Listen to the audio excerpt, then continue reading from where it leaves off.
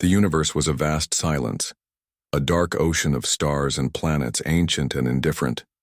For centuries, humanity had listened, alone and uncertain, to the void beyond Sol, waiting for proof they were not the sole survivors of consciousness. Many hoped for contact, some feared it. Then came the signal. At first, it was almost lost in the hum of background radiation, a faint ripple on the edge of detection. But when the analysts at Earth's deep space listening arrays decoded the pattern, they understood immediately, a plea for survival. The signal originated from the Perseus arm, over 6,000 light-years from Earth. It was old by Earth standards, traveling through cosmic dust and magnetic storms for nearly a decade before reaching human sensors. Yet its message was as urgent as if sent moments ago. It was not human. The voice was unlike any recorded before. Synthetic and melodic, a chime of frequencies layered like the notes of a cosmic symphony. The species identified themselves as the Sirathi, a silicon-based life form, peaceful and proud, known in scattered galactic lore but never contacted. They spoke of extinction. Their worlds had fallen under relentless attack by the Vornak, monstrous biomechanical creatures that swept through star systems like a plague, harvesting everything, leaving barren wastelands in their wake. The Sirathi had begged for aid from every known civilization. Their cries were met with cold indifference, political calculations, or worse, denial. But humanity answered.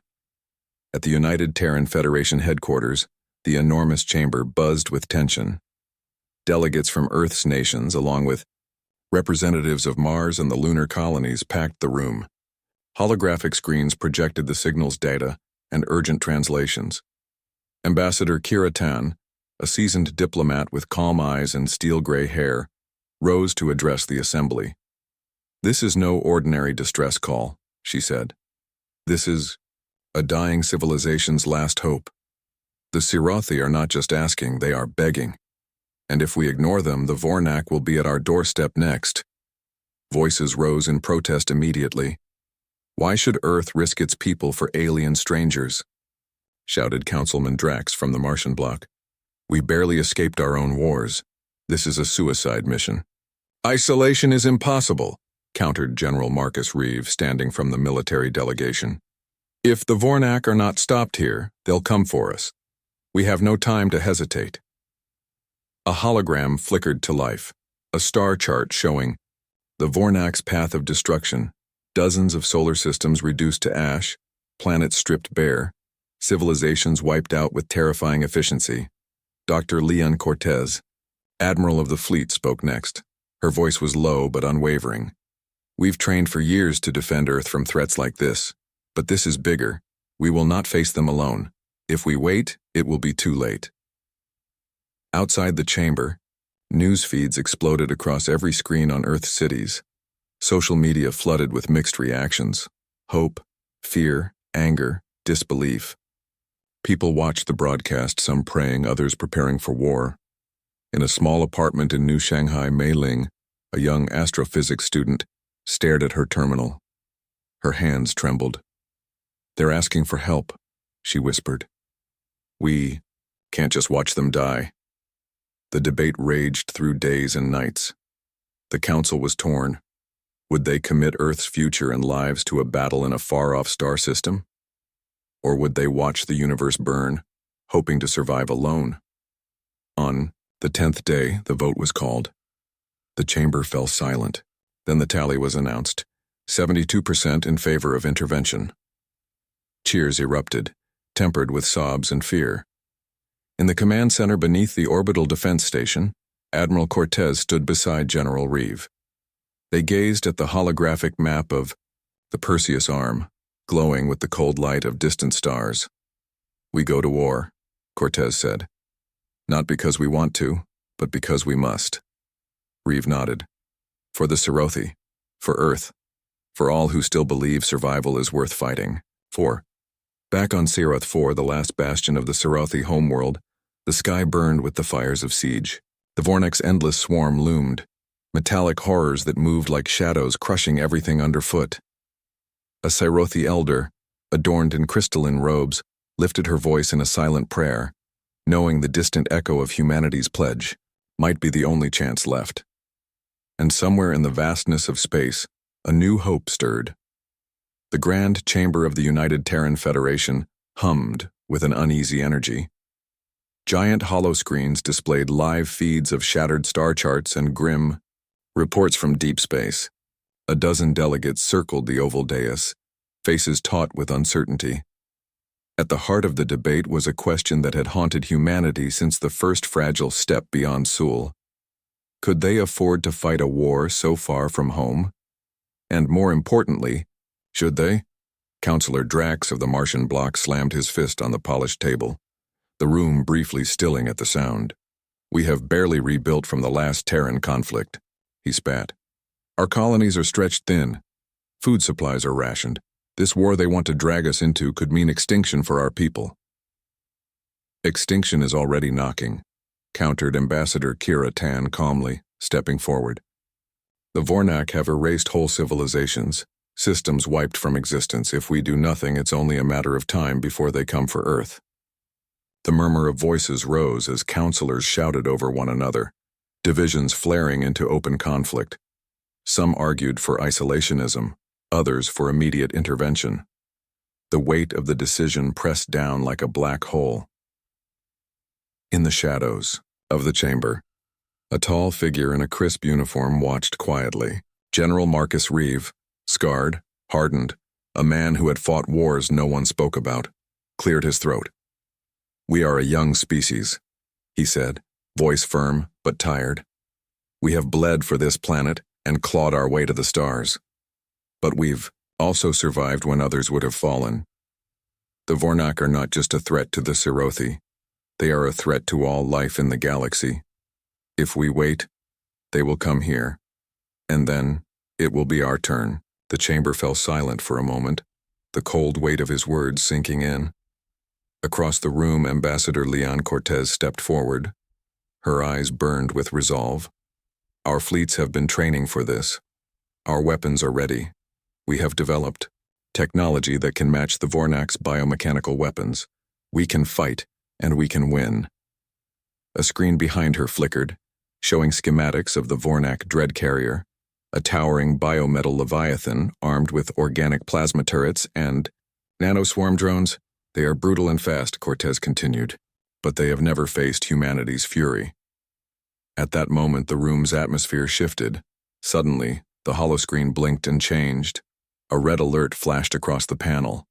"Security breach," a technician whispered. Within seconds, a hacker had infiltrated the Federation's network, broadcasting secret war plans on every channel. Classified troop deployments, fleet movements, weapon capabilities. The chamber erupted in chaos. "How did this happen?" demanded Counselor Sato of the lunar colonies, voice shaking. "Enemy espionage," said Reeve grimly. "Or worse, an insider." The leak set off a media firestorm. On every city street, citizens watched with shock as their most guarded secrets spilled onto public networks. Protests erupted, demanding transparency and questioning the wisdom of war. In a cramped apartment overlooking New Delhi's neon-lit sprawl, Mei Ling sat frozen in front of her terminal. The young astrophysics student had dreamt of contact with alien life since childhood, but this was beyond anything she imagined. "They want us to fight," she whispered. "But what if we're just pawns in a bigger game?" Back at the Federation, debates resumed with renewed intensity, but the tone was different. Fear mixed with determination. The truth was clear. Humanity had crossed a point of no return. After 48 hours of continuous argument, the Council voted. 72% favored intervention. The decision was unanimous enough to proceed. Later, in the Military Command Center, beneath Earth's orbit, Admiral Cortez stood before the massive holomap, tracing the route to the Perseus arm. General Reeve joined her, face grim but focused. "This is the moment humanity stops waiting," Cortez said. "We carry the hopes of not just ourselves but countless others." Reeve nodded. "They pleaded for survival. We will answer with steel and fury." Outside the station's viewport, Earth gleamed, a fragile blue beacon in the vast darkness. But, beyond the stars, the Vornak waited, and humanity's war was about to begin. The starship Resolute hung like a silver blade against the infinite black, its sleek frame bristling with weaponry and sensors. Inside the bridge, Admiral Leon Cortez surveyed the glowing star charts. A quiet storm of determination behind her, sharp eyes. "Coordinates locked for Cyroth 4, she said, her voice steady. "Estimated time to engagement, 72 hours. Beside her, General Marcus Reeves stood with arms crossed, scanning the tactical displays.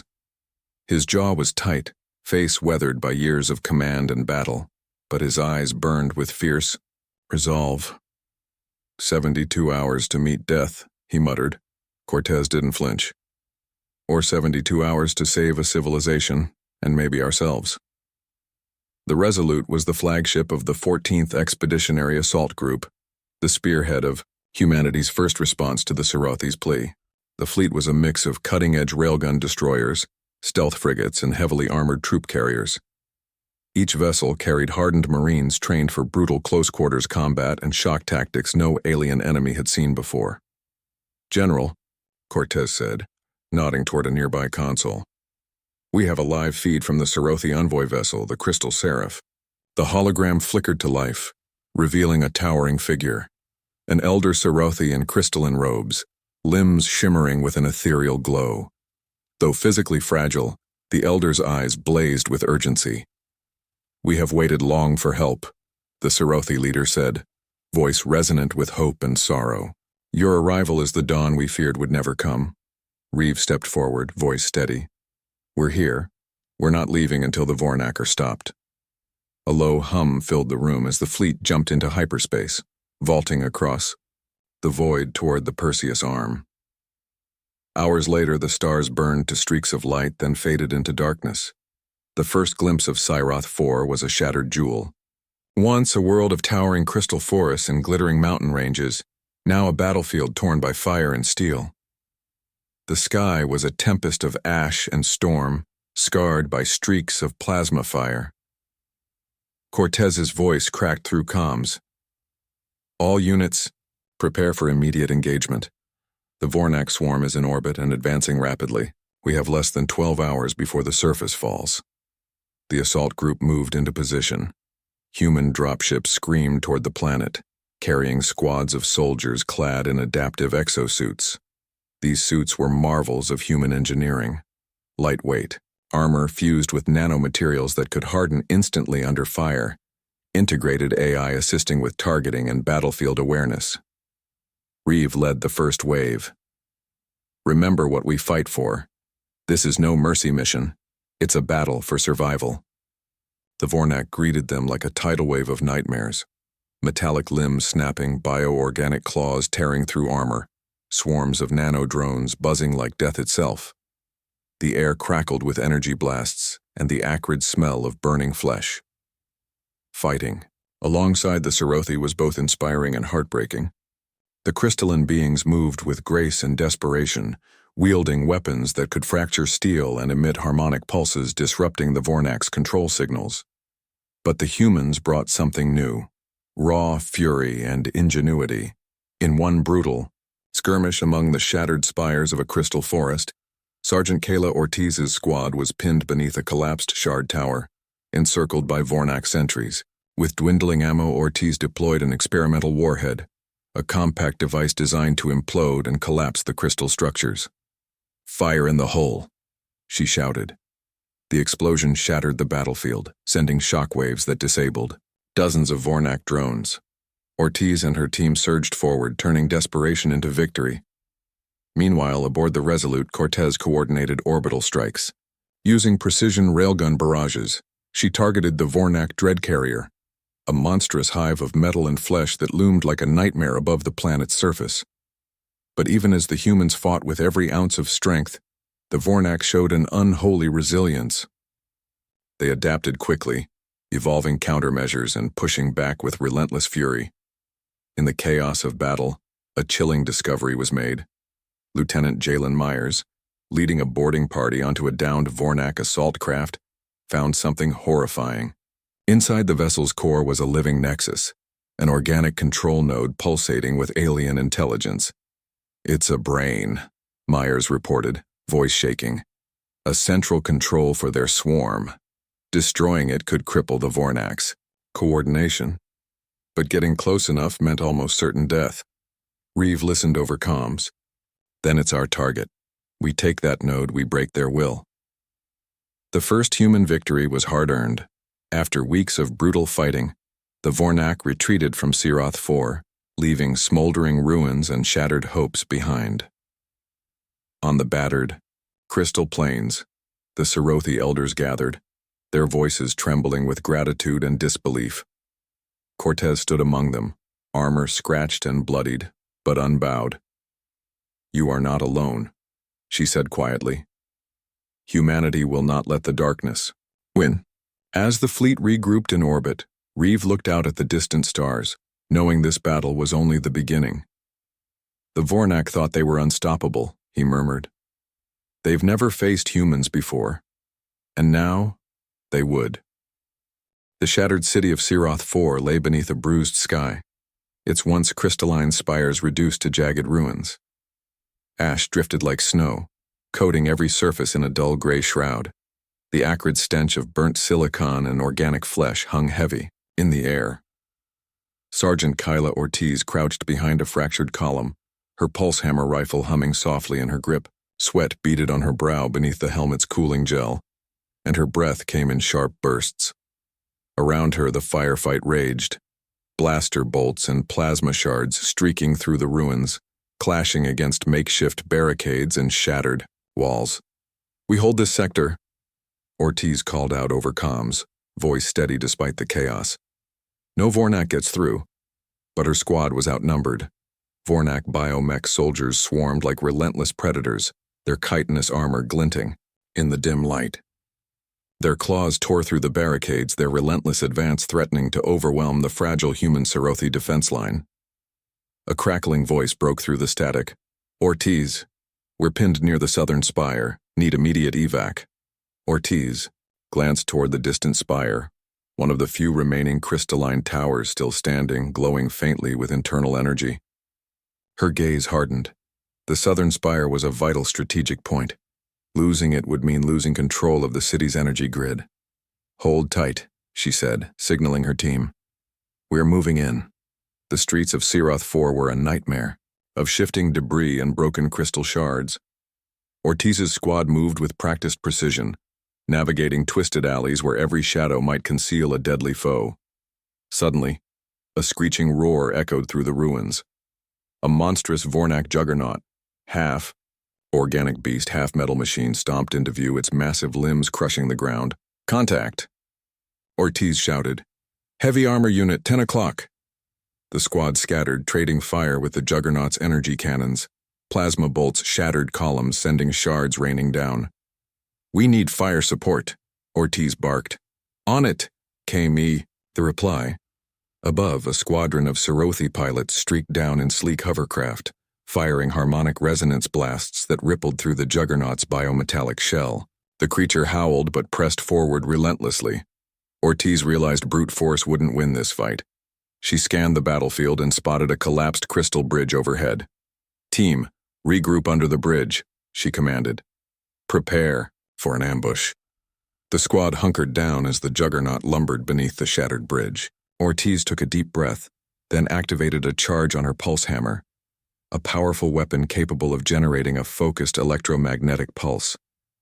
"On my mark," she whispered, heart pounding. The juggernaut raised its massive arm to smash the barricade. At the last second, Ortiz fired the pulse. The electromagnetic shockwave surged upward, frying the juggernaut's circuits and temporarily paralyzing its limbs. Sparks flew as the creature convulsed, stunned. "Now!" Ortiz yelled. Her squad unleashed a torrent of fire. Plasma rounds pierced the beast's organic armor. Sirothi warriors flanked it, their crystal blades glowing with lethal energy, slicing through its joints. With a final guttural roar, the juggernaut collapsed, sending a shockwave through the ruins. The battle was far from over. As Ortiz's squad moved toward the southern spire, they encountered survivors. Sirothi civilians huddled in collapsed tunnels, their bodies shimmering faintly from the planet's unique bioelectric fields. "We've got wounded," Ortiz said urgently, directing medics to begin triage. One Sirothi elder approached, her crystalline form fractured and dim. "Thank you, humans," she whispered. "Without you, we would have fallen today." Ortiz nodded, but her mind was elsewhere. The Vornak weren't just attacking. They were adapting, evolving to counter every human tactic. Night fell over Siroth 4, turning the battlefield into a shadowy maze. Ortiz's squad took shelter in the ruins, nursing wounds and reloading weapons. Around the campfire's eerie glow, Ortiz looked at the faces of her soldiers, young, hardened, scared, determined. "We're not just fighting for them," she said quietly. "We're fighting for ourselves, for Earth." Back on the bridge of the Resolute, Admiral Cortez watched the live feed from Ortiz's squad with a mixture of pride and concern. "They're holding, but it's costly," she murmured to General Reeve. "The Vornak's resilience is beyond anything we expected." Reeve nodded grimly. "They'll keep coming. We need to hit the Vornak harder, cut off their reinforcements, destroy their command nodes." Cortez's gaze hardened. "Then that's what we'll do." The final moments of the night brought a haunting silence broken only by distant skirmishes. Ortiz stood on a ridge overlooking the battlefield. The city's ruins stretched beneath her like a broken jewel. The Sirothi were battered but alive, the humans battle-worn but unbroken. She clenched her fist, the pulse hammer hanging at her side. "We survived the baptism," she said softly. "Now we fight." The Resolute drifted in orbit above Siroth 4's scarred surface, its weapon systems humming softly, primed and ready. Inside the ship's tactical command center, Admiral Leon Cortez stood over a hollow map that pulsed with the shifting battle. "Lines. We've slowed the Vornak advance, but their hive mind remains intact," Cortez said, eyes narrowing. "Until we sever their central node, this fight will drag on and cost countless lives." General Marcus Reeve paced the room, the weight of command heavy on his shoulders. The lieutenant's discovery was right. The Nexus is the key. Taking it out will cripple the swarm's coordination, but getting close enough is a near-suicide mission. On the screen, Lieutenant Jalen Myers' report replayed. A cramped, twisting tunnel inside the wrecked Vornak dread carrier, pulsating with organic energy. The hive's brain was a grotesque fusion of flesh and machine, surrounded by layers of deadly defenses. "Then we do what we do best," Cortez said, voice steady. "Send in the sharpest edge of humanity." On the surface, Lieutenant Myers checked his gear under the flickering light of the Resolute's deployment bay. His squad was a mix of hardened veterans and fresh recruits, each chosen for skill and nerve. "Remember," Myers said, voice calm but fierce, "we go in silent, fast, and lethal. The hive mind can't function if we take out its core. We're the last line for Sirothi and ourselves."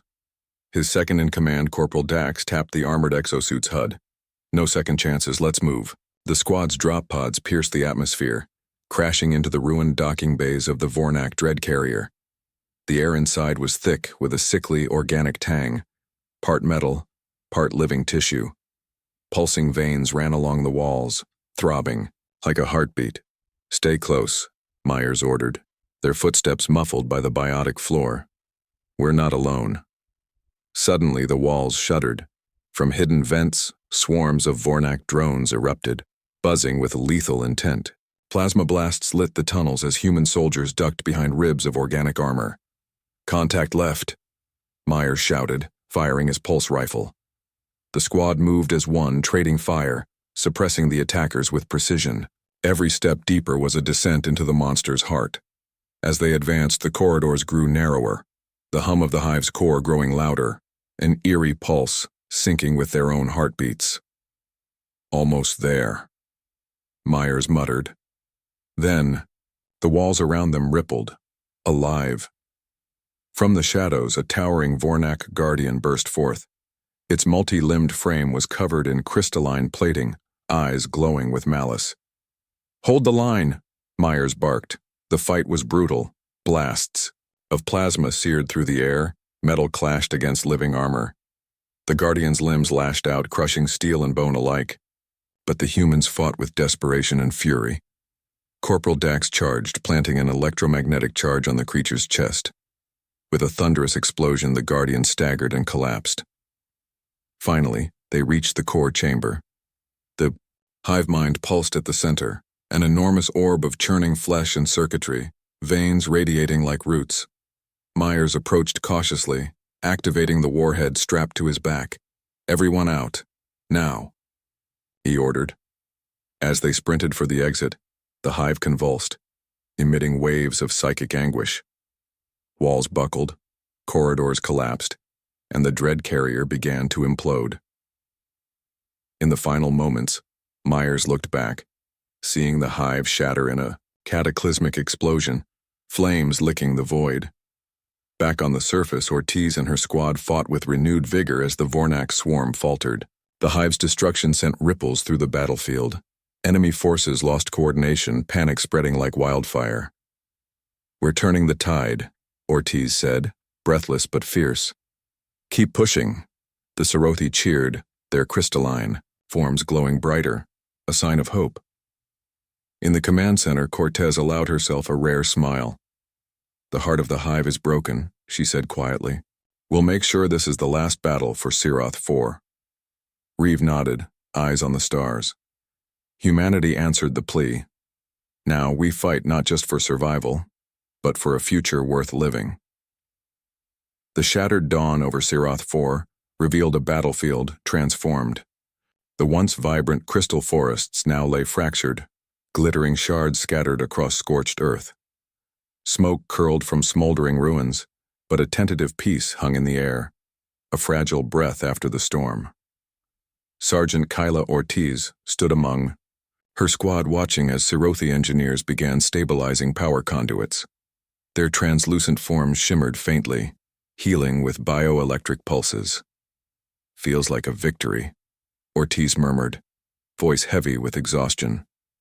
"Victories never. Just one moment," replied Corporal Dax, wiping grime from his face. "It's what comes after. What we build from the ashes." Ortiz nodded. They'd won the battle, but the war against the Vornak was far from over. Inside the Resolute's command center, Admiral Leon Cortez stared at the star charts, tracing routes of enemy retreat and reinforcement. Communications from Allied fleets flickered through. General Marcus Reeve approached quietly. "Intel shows Vornak fleets regrouping beyond the Perseus Arm. They're adapting fast." Cortez's jaw tightened. "They'll come back stronger, smarter. We need to prepare Earth for what's next." Reeve's eyes darkened. "And that means more lives lost." Meanwhile, the Serothi elders gathered in the ruins of their ancient council chamber, crystalline spires cracked but standing. Elder Sira addressed the assembly, her voice a melodic hum. "We owe a debt to humanity beyond words," she said. "Our worlds are scarred, but your steel and fury saved us."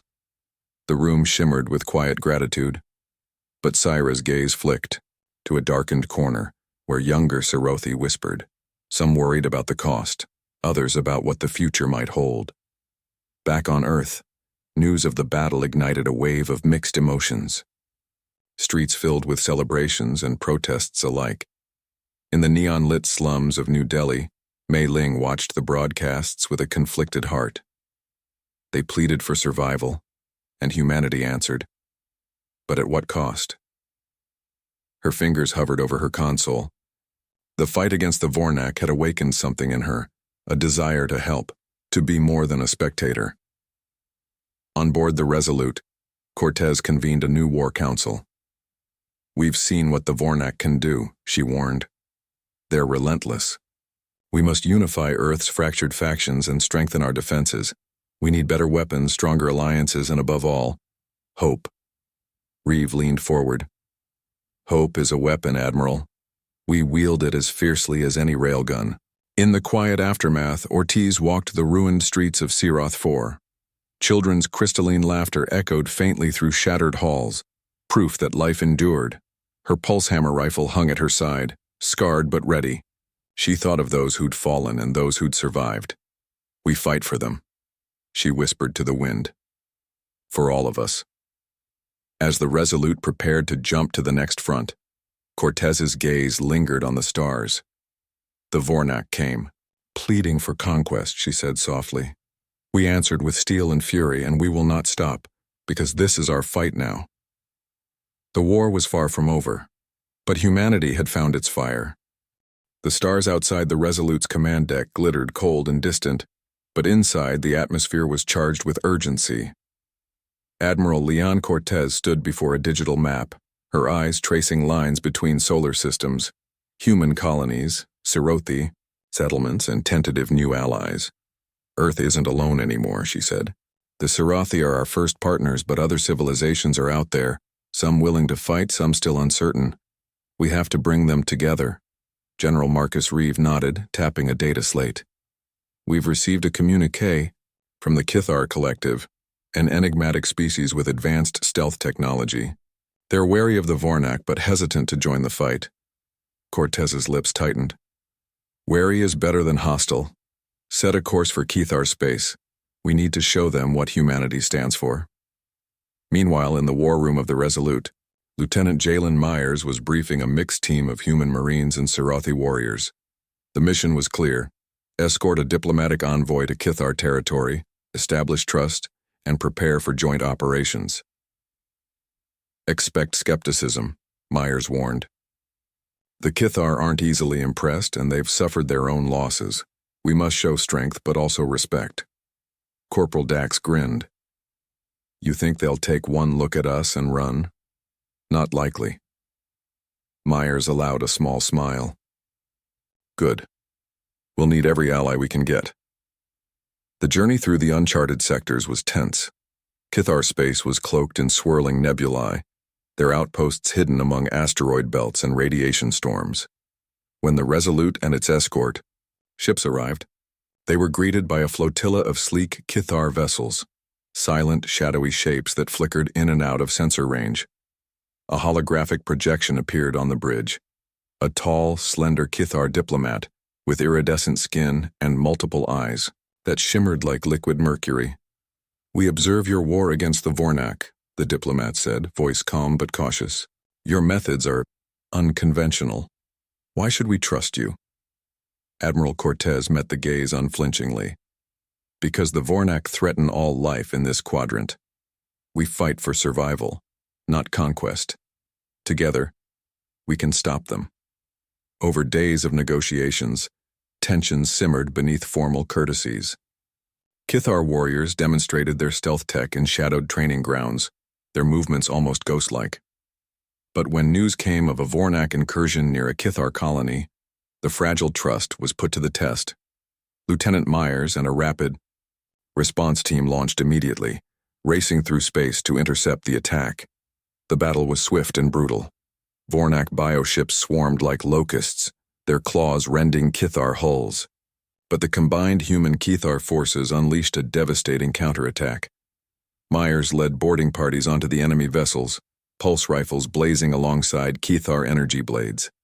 The synergy of human fury and Kithar precision cut through the swarm. As the last Vornak ship exploded in a superheated fireball, Kithar Commander Lyra approached Myers in the aftermath. You fought with honor, she said. Perhaps there is more to humanity than we assumed. Myers nodded, exhausted, but proud. We fight not just to survive, but to protect those who can't. Back aboard the Resolute, the alliance was solidified. The Kithar pledged their stealth fleets, the Sirothi shared harmonic pulse weapon designs, and humanity offered their relentless determination and adaptive technology. The War Council expanded, new voices joining the strategy sessions, planning the next phase, a coordinated strike against Vornak staging grounds deeper in the Perseus Arm. But amid the hope, shadows loomed. Reports arrived of a mysterious Vornak faction, larger, more brutal, and rumored to be led by a terrifying warlord known only as the Iron Maw. Admiral Cortez studied the intelligence, her expression grim. They're evolving, becoming something worse. General Reeve clenched his fists. Then we forge ahead, together. On the deck, Ortiz trained new recruits, her pulse hammer rifle singing in practice drills. Her eyes held a fierce resolve. a reminder that every soldier was a spark in humanity's fire. She caught sight of the Serothi elders observing from the sidelines, their glowing forms a silent testament to what was at stake. "We fight not just for survival," Ortiz said quietly to herself, "but for a future where our children can dream beyond the stars." As the Resolute jumped to hyperspace, carrying its coalition into the unknown, the weight of the war pressed on every soul aboard. Yet beneath the steel and fury, a new hope flickered, a promise born from the crucible of battle and the forge of alliance. Humanity was no longer alone. The void outside the Resolute shimmered as the ship emerged from hyperspace near the Perseus Arm's dark heart. A vast battlefield sprawled below, Vornak warships swarming like hornets, their twisted forms blotting out stars. Admiral Leon Cortez stood on the command deck, her jaw set. Beside her, General Marcus Reeve keyed a comlink to the coalition. "Fleet, this is it," Cortez said. "We strike at the Iron Maw's stronghold and end this war, or die trying." Lieutenant Jalen Myers checked his squad's gear.